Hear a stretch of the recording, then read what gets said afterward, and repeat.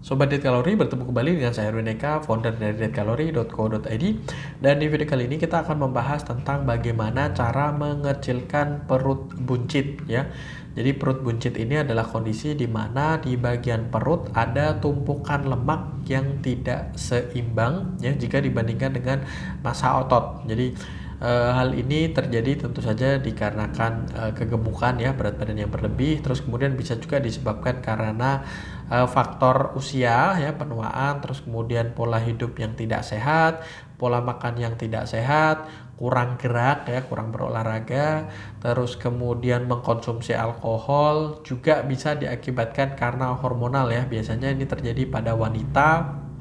Jadi ini bisa memicu terjadinya kondisi perut buncit. Ini bisa juga diakibatkan karena pasca melahirkan ya, hamil, melahirkan, terus kemudian bisa juga diakibatkan karena berbagai macam kondisi yang berkaitan dengan kesehatan ya. Misalnya ada masa dalam rongga perut akibat obstruksi usus, terus kemudian kanker usus dan lain sebagainya ya.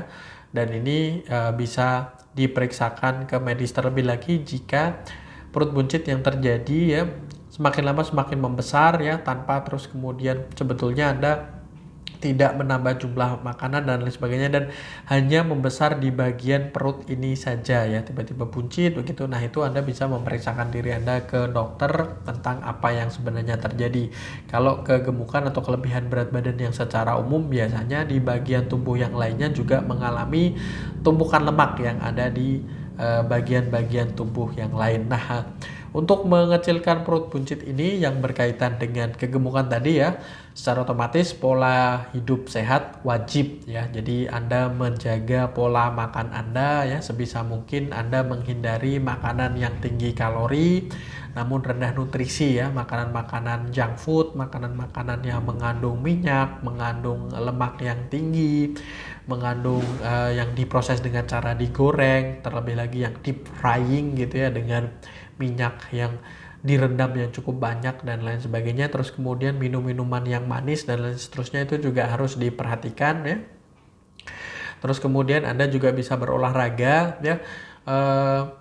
Kalau misalnya di kondisi di mana tubuh Anda ya di beberapa bagian tubuh masih terdapat tumpukan lemak, biasanya terutama ini pada pria ya.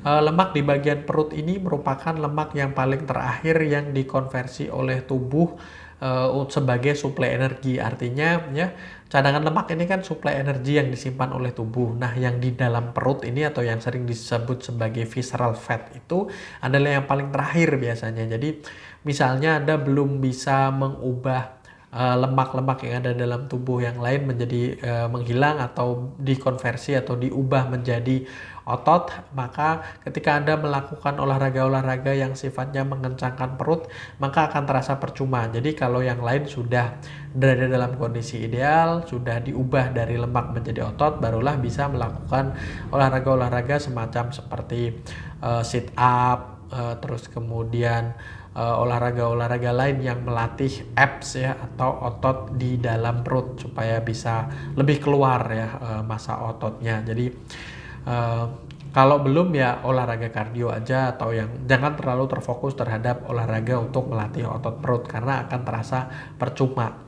Tubuh kita memang mekanismenya otot-otot di bagian tubuh lainnya, terutama untuk pria. Kalau wanita biasanya perut bisa lebih awal, yang paling akhir biasanya cadangan di wanita itu di bagian bokong dan paha seperti itu. Oke ya, saya rasa itu semoga bermanfaat.